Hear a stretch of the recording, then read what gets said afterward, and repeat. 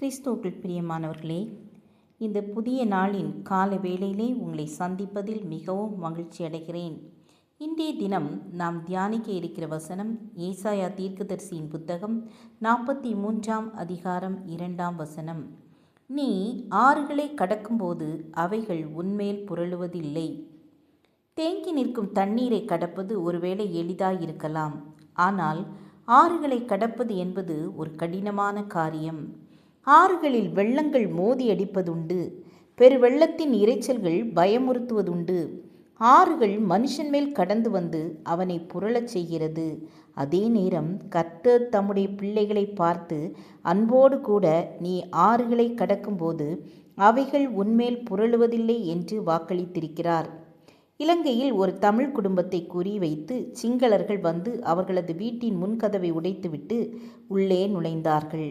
அந்த வீட்டுக்குள் இருந்த வயதான தாய் தகப்பனும் 2 வாலிப பிள்ளைகளும் உள்ளறைக்குள் கதவை பூட்டிக் கொண்டு முழங்காலில் நின்று ஜெபித்து பெற்றோருடைய உள்ளம் கலங்கினது.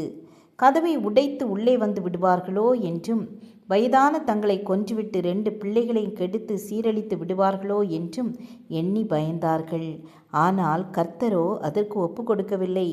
நீ ஆறுகளை கடக்கும்போது அவைகள் உன்மேல் புரளுவதில்லை என்று சொன்ன ஆண்டவர் அவர்களை காத்து கொள்ள வல்லமையுள்ளவராய் இருந்தார். ஏதோ காரணமாக ஒரு போலீஸ் லாரி அங்கு வர, அந்த லாரியை கண்ட கொடூர கும்பல் தங்களை தான் பிடிக்க வருவதாக எண்ணி பயந்து ஓடினார்கள். கர்த்தர் செய்த அற்புதத்தை எண்ணி அந்த குடும்பத்தினர் கர்த்தரை ஸ்தோத்தரித்து மகிழ்ந்தார்கள். ஆம் என கண்பானவர்களே, கர்த்தருடைய பிரசன்னம் எப்போதும் உங்களோடு இருக்கிறதினாலே ஆறுகள் ஒருபோதும் உங்கள் மேல் புரளுவதில்லை. வேதம் சொல்லுகிறது, உன் பக்கத்தில் 1000 பேரும் உன் வலதுபுறத்தில் 10,000 பேரும் விழுந்தாலும் அது உன்னை அணுகாது என்று. இன்று நீங்கள் அவைகளுக்கு முன்பாக நிற்கலாம், திரளான தண்ணீர்களுக்கு முன்பாக நிற்கலாம். கலங்காதே, உன்னுடனே கூட இருப்பேன் என்று சொன்ன கர்த்தருடைய பிரசன்னம் உங்களோடு கூட இருக்கிறது.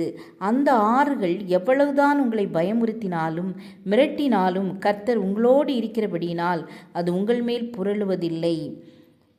ஜெபம் செய்வோம். கிருபையும் இரக்கம் நிறைந்த கர்த்தாவே, ஆறுகளை கடக்கும்போது அவைகள் உன்மேல் புரளுவதில்லை என்று சொன்னீங்களே, அதுபோல எல்லா துன்பங்களிலிருந்தும் எங்களை மீட்டு காப்பாற்றினதற்காய் நன்றி செலுத்துகிறோம். இயேசுவின் நாமத்தில் பிதாவே, ஆமீன் ஆமீன். God bless you.